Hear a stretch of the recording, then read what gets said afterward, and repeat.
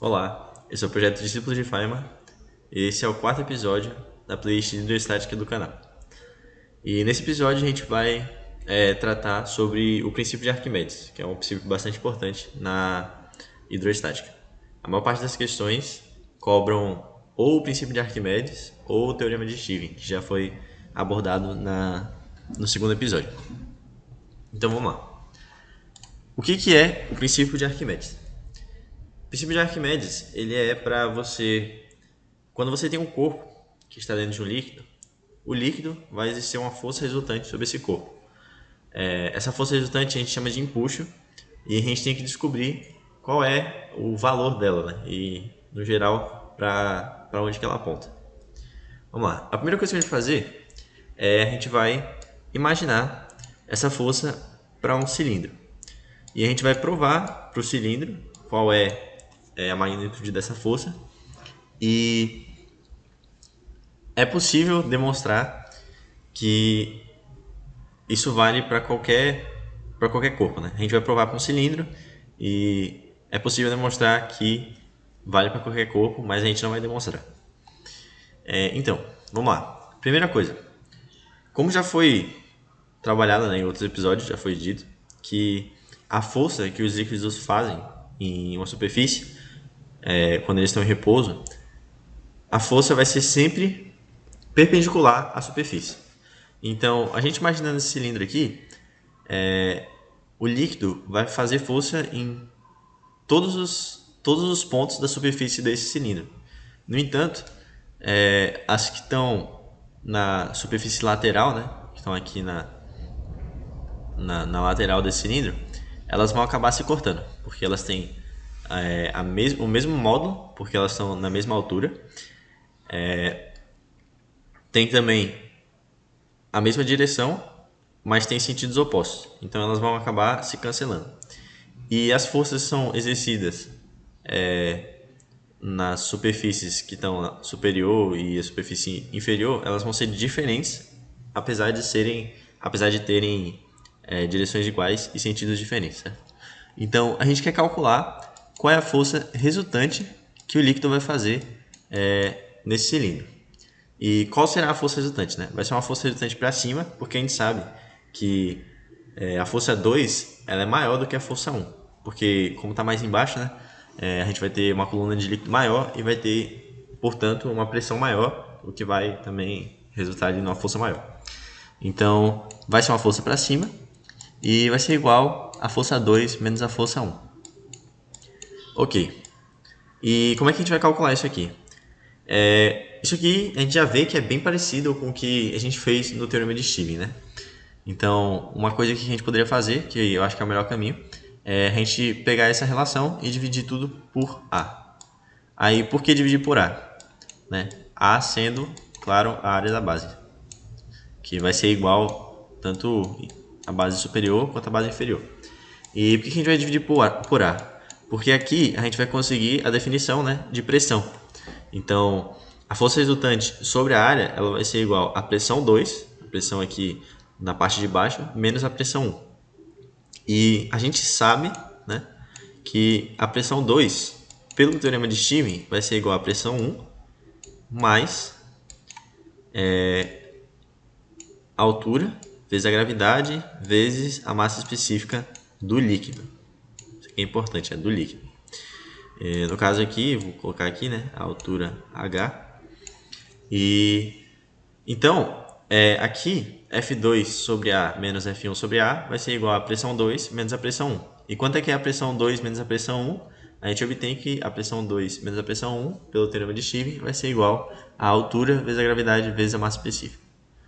Então, a gente vai ter que a força resultante sobre a área é igual a altura vezes a gravidade vezes a massa específica do líquido. Então a gente vai passar a área aqui multiplicando e a área vezes a altura vai dar o volume desse cilindro. Então a força resultante vai ser igual a o volume do cilindro vezes a massa específica do líquido vezes a gravidade. Pronto. Mas aqui é importante. Por quê? Porque os livros, no geral, ou a maneira que eles apresentam, né? E a maneira que, no geral, a gente vai pensar para a resolução das questões é que isso é igual ao peso do líquido deslocado. Ou seja, o que é isso, né? Peso do líquido deslocado. Se você coloca um cilindro aqui, esse cilindro ele vai deslocar um líquido, certo? E se você pegasse o peso desse líquido que o cilindro deslocou, ele vai ser igual ao empuxo ou a força resultante que o líquido vai exercer nesse cilindro. E a gente vê isso aqui. Por quê? Porque a gente tem o volume do cilindro, a gente tem a massa específica do líquido e a gente tem a gravidade, certo? Então, o que seria o volume do cilindro vezes a massa específica do líquido? Seria você pegar um cilindro, né, e você fizesse esse cilindro, mesmo tamanho dele, mesmo volume, e só que ele é feito de água ao invés de ele feito do material que ele é feito, né, no caso. Então, isso aqui seria a massa de um cilindro de água. Aí você multiplica pela gravidade, então é o peso desse cilindro de água, que nada mais é do que o peso do volume deslocado por esse cilindro, certo? E da mesma forma, essa ideia aqui de peso deslocado, ela é importante também para quando a gente trabalha com essa possibilidade, né? Que é a possibilidade do corpo boiar. O corpo boia quando o... Aqui, vamos fazer a conta, né? Vamos aqui fazer tal. Aqui o corpo está boiando e o que a gente tem? A gente tem que uma parte dele vai fazer com que o empuxo seja igual ao peso dele, certo? Então a gente pode dizer que é igual aqui, a gente dizer que é μ do líquido vezes um volume vezes a gravidade, né? Isso que é massa específica vezes volume vezes a gravidade é igual a massa específica do cilindro, né? Vou colocar aqui, sei lá, B, vezes o volume de B, que é o volume total, vezes G. Aí a gente corta esse G aqui, a gente vê que para que aconteça isso, né? A gente tem que a densidade do líquido tem que ser maior do que a densidade do corpo. E é importante, isso aqui é uma coisa que a gente não vai provar aqui, mas que é muito importante, é vocês saberem que quando o corpo está boiando, o que a gente vai contar para o empuxo vai ser só esse volume 1, certo? Vai ser o volume que está submerso. O volume que não está submerso, ele não vai fazer nenhuma diferença no nosso cálculo. E acredito que é isso. No caso aqui, eu coloquei massa específica, mas fica claro por que a densidade que importa nesse caso, certo? Porque a gente poderia ter aqui uma coisa dessa forma. A gente tem aqui a água e a gente vai ter uma bacia, assim, uma cuia, certo? Que totalmente oca, né? Então aqui não tem nada, tem ar. E essa cuia, ela vai deslocar bastante líquido, certo? Ela vai deslocar todo esse líquido aqui. Todo esse líquido está sendo deslocado. Então é aqui que a gente vê que não importa o material, não importa a massa específica da cuia. O que importa mesmo é o volume que ela desloca do líquido. Então é por isso que a densidade é o que importa realmente no se uma coisa boia ou não, né? E isso aqui, né, essa cuia que eu desenhei é basicamente o funcionamento de um navio, né? Por que os navios eles boiam, né? Que a gente apresentou isso na primeira aula. Porque a maior parte do navio é ar. Apesar de ele ser feito de aço, que é mais denso do que a água, a gente vai ter que a densidade do navio como um todo, do corpo do navio, ela vai ser menor porque a maior parte dele é ar. Então vamos lá. Aqui é uma questão que eu acho bem interessante e que está colocada na apostila, resolvida lá. Caso vocês não entendam, eu sugiro que vocês olhem na apostila que está explicado de outra forma. Mas a questão é a seguinte: você tem um copo d'água e nesse copo d'água você tem um cubo de gelo totalmente feito de gelo. E ele pergunta a gente tendo o nível da água aqui, nível H, pergunta se quando esse gelo derrete, o nível da água aumenta, diminui ou permanece o mesmo. E seria interessante também, se aumentar ou diminuir, vocês tentarem calcular, né? Quanto aumenta e quanto diminui, se vocês tiverem, não sei, ou o raio ou a área da base.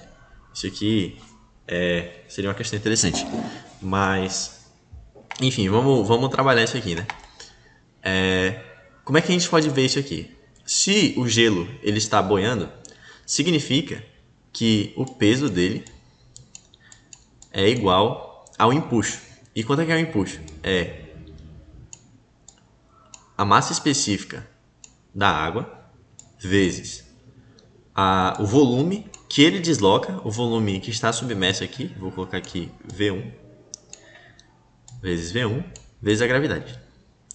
Só que acontece, se a gente pensar nesse gelo como apenas o gelo, se não pensar na água que está ali, que está ao redor dele, a gente pensa só no gelo e imagina se ele derretesse, certo? O que aconteceria se ele derretesse? Toda a massa de gelo viraria uma massa de água. E essa massa não ia mudar, certo? Então, a gente pode escrever também o peso desse gelo como o peso da água de que ele é constituído, certo? Então, vamos dizer, se o gelo derretesse, o peso dele seria a massa específica da água vezes o volume que ele ocupasse ali, que a gente não sabe quanto é que é, né? Vezes a gravidade, certo? Só que aqui a gente tem essa igualdade aqui, ó. A gente tem o peso do gelo é igual a isso e o peso do gelo é igual a isso. Então a gente só iguala, certo? E a gente vê que dois termos são iguais. A gente colocar aqui, o peso é igual a isso aqui, então a gente vai ter ml vezes V1 vezes G. Aí corta o ml, corta o G, a gente vai ter que V2 é igual a V1. Ou seja, o volume do líquido que constitui esse gelo, ele é igual ao volume deslocado por esse gelo quando ele está em forma de gelo mesmo, né?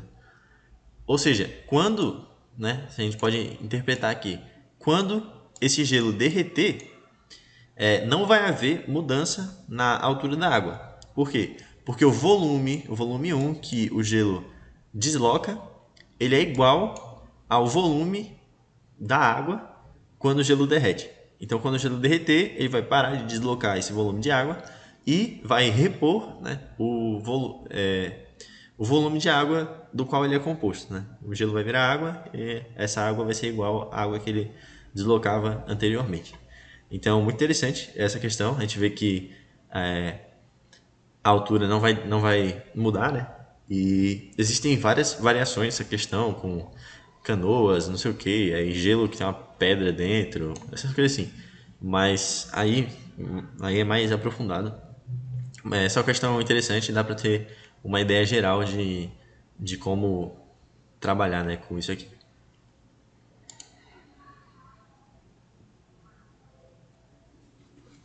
Pronto. Agora a gente vai trabalhar outra questão, uma questão de Olimpíada, uma questão bastante conhecida, que é a seguinte. A gente tem uma pedra, aqui, uma bolinha, que tem a densidade que é 2/3 da densidade da água. E essa bolinha, ela é jogada de 10 metros da superfície de uma piscina aqui, e a gente pergunta qual é a altura máxima, né, a profundidade máxima que essa bolinha vai conseguir chegar, certo? Por quê? Porque essa bolinha ela tem uma densidade menor do que a densidade da água, então quando ela cair aqui, ela vai cair com a velocidade e ela vai adquirir uma desaceleração por causa do empuxo. Então, a gente quer saber qual é o momento ali em que essa bolinha vai chegar o mais fundo possível, né? Para resolver essa questão, a primeira coisa que a gente vai fazer, claro, é descobrir qual é a velocidade da bolinha quando ela chega na superfície. E para isso, acho que o melhor jeito, né, de a gente fazer é usar a relação, né, de Torricelli, não lembro exatamente se é relação, teorema, mas da cinemática, que não usa o tempo, né? Aqui não foi dado tempo para a gente em nenhum momento. Então, para a gente usar uma relação que não precisa de tempo é interessante. E a relação de Torsed diz que v0 mais 2 vezes ΔS vezes A, vezes G aqui, que é vezes a aceleração, né? Mas a aceleração vai ser a aceleração da gravidade. Isso aqui é igual à velocidade final ao quadrado. E a velocidade inicial é 0, né? Então a gente vai ter que 2 vezes a variação aqui do espaço, que é 10, vezes a gravidade, que a gente vai considerar como sendo 10. Vai dar 2 vezes 10 vezes 10 é igual à velocidade final ao quadrado. A gente vai ter que a velocidade final é igual a 10 raiz de 2 metros por segundo. Pronto. E o que vai acontecer? A bolinha vai entrar com essa velocidade e ela vai sofrer uma desaceleração causada pelo empuxo, né? E vai ser interessante a gente trabalhar essa desaceleração, talvez sobre uma outra ótica. Vamos lá. Primeira coisa é simplesmente usar força é igual a massa vezes a aceleração, né? Porque a gente quer descobrir a aceleração. E a gente vai dizer que a aceleração é para cima. Então, a gente pode dizer que é igual ao empuxo, né, que está apontando para cima, menos a massa vezes a gravidade, né, menos o peso. E isso aqui é uma coisa importante também, é lembrar, né, que a gente pode usar esse conceito de empuxo para qualquer cor. Isso aqui é uma bolinha, mas não tem problema. A gente demonstrou para um cilindro, mas pode ser generalizado para outras coisas. Vamos lá. E como é que a gente vai trabalhar isso aqui? Para hidrostática, geralmente é interessante a gente trabalhar mais com volume do que com massa. Então, a gente vai tentar usar tudo em volume. O que a gente vai ter? A gente vai ter massa vezes a aceleração, vai ser a massa, a gente pode escrever como a densidade da bolinha, vezes o volume da bolinha, vezes a aceleração que ela vai adquirir, é igual ao empuxo. O empuxo vai ser a densidade do líquido, vezes o volume da bolinha, né? Porque esse é o volume que ela vai deslocar de líquido, porque ela vai estar totalmente imersa, vezes a gravidade. Aí menos a densidade da bolinha, vezes o volume da bolinha, vezes a gravidade. E aqui a gente pode cortar o volume da bolinha, o que é esperado, né? Porque ele não deu o volume da bolinha em nenhum momento, e então seria bom que não precisasse disso da resposta, né? Senão a gente não iria conseguir dar a resposta. E a gente consegue que a aceleração é igual a densidade do líquido menos a densidade da bolinha sobre a densidade da bolinha. Tudo isso vezes a gravidade. Pronto. Isso aqui é uma coisa interessante de vocês pararem para pensar um pouco, né? Como é que eu vejo isso e às vezes isso, talvez é uma visão interessante para você aplicar em algumas questões, principalmente nas questões mais difíceis, é você entender isso aqui como se fosse uma gravidade aparente, certo?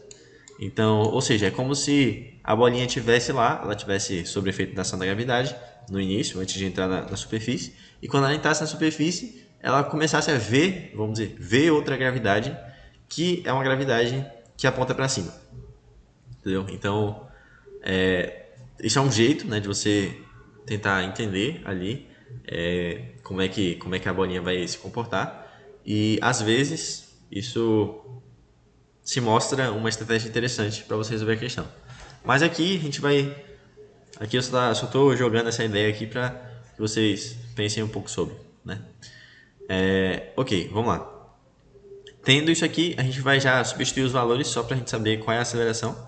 A gente vai ter que a aceleração vai ser igual à densidade do líquido. Quanto é que é a densidade do líquido? 3 sobre 2 da densidade da bolinha, certo? Então, a gente vai ter 3 sobre 2.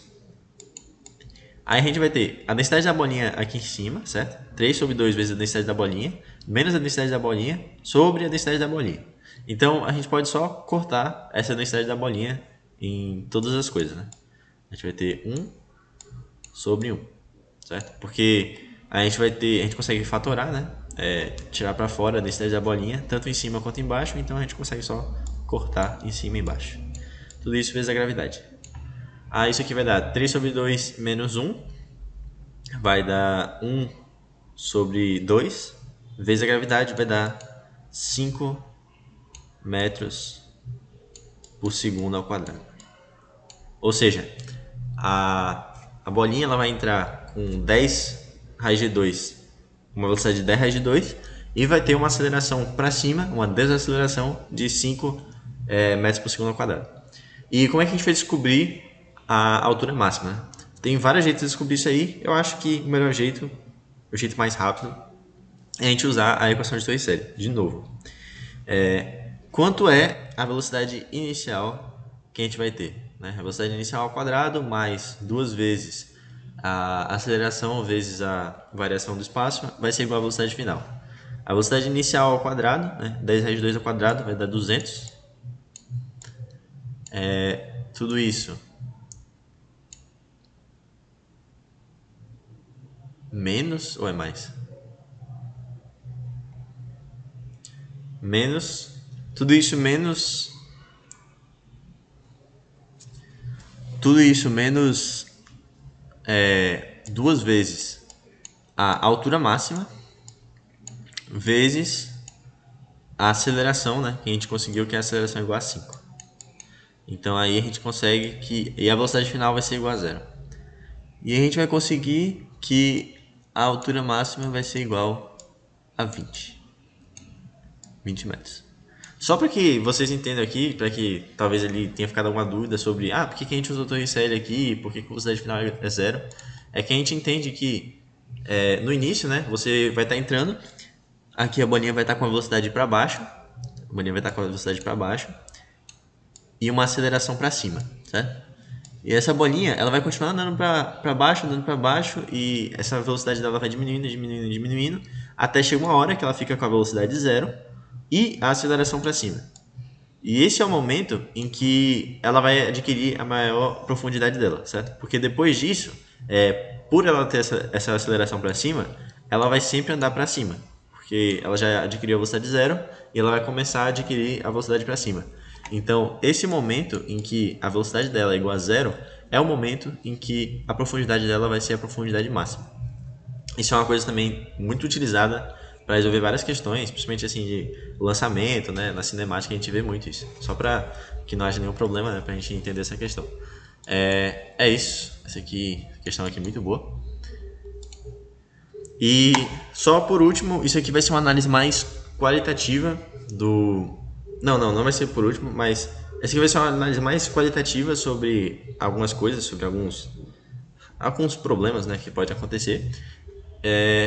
Se, por exemplo, a gente tiver aqui uma bolinha que está presa ao teto e nessa bolinha também está submersa em um recipiente com um líquido, certo? E antes da gente colocar essa bolinha nesse recipiente, a gente vai medir um peso, vamos dizer, um peso P1. E depois de a gente colocar essa bolinha nesse recipiente, a gente vai medir um peso P2. A gente aqui, só qualitativamente, eu quero discutir sobre qual vai ser a diferença entre P1 e P2. Será que P2 vai ser P1 mais a massa da bolinha? Né? Será que vai ser isso? Ou será que vai ser outra coisa? O que vai acontecer? Quando a gente coloca essa bolinha dentro do recipiente, o líquido vai exercer um empuxo para cima na bolinha, certo? Aqui, nossa, bem feio. Ele vai exercer um empuxo para cima nessa bolinha e essa bolinha, por ação e reação, vai exercer uma força para baixo nesse líquido. E essa é a força que vai ser a diferença entre o P1 e o P2, certo? Não vai ser a massa da bolinha. Por quê? Porque assim, a bolinha ela não toca no chão, então a única força que ela faz no líquido, a única diferença assim que ela pode causar ali na leitura da balança é a reação do empuxo. Não é a reação do peso dela, porque aonde fica a reação do peso da bolinha? Fica no centro da Terra. O peso ele vem, né, da aceleração gravitacional, vem da interação entre o planeta e a Terra. Não é entre a bolinha e a água, né? Então isso aqui é uma coisa bem difícil de entender assim teoricamente, mas que faz sentido, certo? Então é isso. Basicamente, para você entender ali qual vai ser a diferença entre P1 e P2, vai ser o empuxo que a água vai exercer na bolinha e a bolinha vai exercer de volta. Isso é diferente de se ocorresse aqui se não tivesse essa corda em cima e a gente tivesse aqui água e a bolinha tivesse no fundo do recipiente, certo? E da mesma forma, porque aqui no fundo do recipiente realmente a bolinha vai ter uma força normal que o recipiente vai fazer uma força normal na bolinha, a bolinha vai fazer uma força normal no recipiente para equilibrar ali o peso dela, né? Então, aqui faz sentido que realmente a diferença entre P2 e P1 vai ser a massa da bolinha, não vai ser apenas o empuxo que o líquido faz na bolinha. A mesma coisa, né? No caso, acho que de forma mais óbvia, porque o empuxo e o peso vão ser iguais, mas também aconteceria caso a bolinha estivesse boiando. Vai ser o mesmo peso da bolinha, né? Porque o empuxo que a água faz na bolinha vai ser igual à massa dela, porque ela está boiando, ela está em equilíbrio, então logo as duas forças vão ter que ser iguais. Então é isso, isso aqui é uma discussão mais qualitativa sobre o assunto, né? Não vou nem fazer conta nem nada, só coloquei aqui para vocês saberem. E uma última coisa que a gente vai fazer é mais contar uma história aqui sobre como é que foi descoberta, né, essa ideia. Eu acho que isso aqui é uma ideia interessante, às vezes pode ajudar na prova, ou às vezes a prova cobra um pouco sobre esses conhecimentos gerais mais históricos, né? O que aconteceu? A gente tinha Arquimedes, né? O rei da época, ele pediu para Arquimedes tentar descobrir se a coroa era falsa ou não, se a coroa do rei era falsa ou não. Porque esse rei, ele suspeitava que o Ourives, que fez a coroa dele, tinha adulterado a coroa, né? Tinha falado assim, essa coroa aqui é 100% ouro, só que na verdade tinha colocado sei lá, colocar prata, algumas coisas a mais assim para baratear o custo de fazer a coroa. E naquela época ninguém tinha uma ideia assim de como fazer para descobrir se a coroa é realmente de ouro ou não. Sem que você, né, tentasse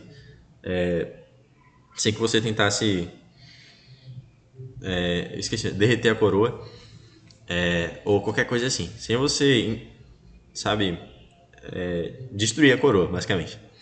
E Arquimedes, ali quando estava tomando banho, ele descobriu que o que ele poderia fazer era jogar uma barra de ouro que tivesse a mesma massa dessa coroa e jogar a coroa, um de cada vez, dentro de um recipiente e ver se esse recipiente ele vai mudar o mesmo tanto de volume, certo?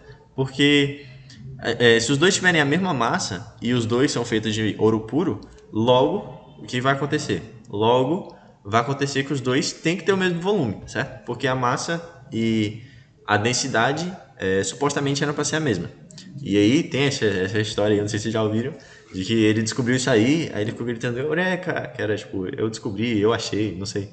E aí saiu correndo pro lado da rua e essa foi uma ótima descoberta dele, muito importante para a humanidade. Mas essa aqui é só uma história assim para vocês verem como isso aqui foi descoberto e também aplicado em uma situação, né? Então é isso. Muito obrigado aí por ter assistido. Essa é a última aula de teoria mesmo que a gente vai ter de hidrostática. Eu pretendo abordar algumas questões para a gente trabalhar o assunto ali e parar um pouco dessa parte de teoria e tentar colocar mais a mão na massa. Mas eu acredito que se você tiver assistido até aqui, você já entende bastante como funciona, quais são as ferramentas necessárias ali para trabalhar esse assunto. E sugiro que você tente fazer as questões da apostila. As questões da apostila são bem difíceis, então se você tiver dificuldade, não fique, sei lá, não fique mal porque as questões são difíceis. E se você tiver gostado dessa playlist, clique em gostei. Eu pretendo continuar ela ainda. Se você não tiver inscrito, se inscreva. E se você tiver alguma dúvida, pode colocar nos comentários que a gente vai tentar responder o mais rápido possível. Então é isso, muito obrigado por ter assistido. Até mais.